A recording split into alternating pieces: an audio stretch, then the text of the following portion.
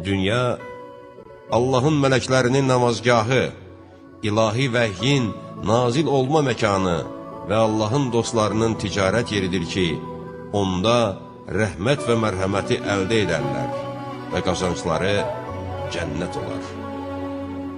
Dünya, uzaqlaşacağından xəbərdar etdiyi, ayrılacağı barədə haray saldığı, özünün və əhlinin fani və yox olacağından agah etdiyi halda onu kim məzəmmət edə bilər?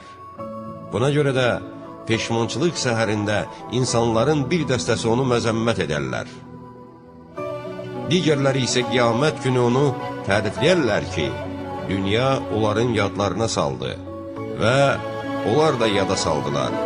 Onlara xəbər verdi və onlar da təsdiq etdilər. Onlara öyüd nəsihət verdi və onlar da qəbul etdilər.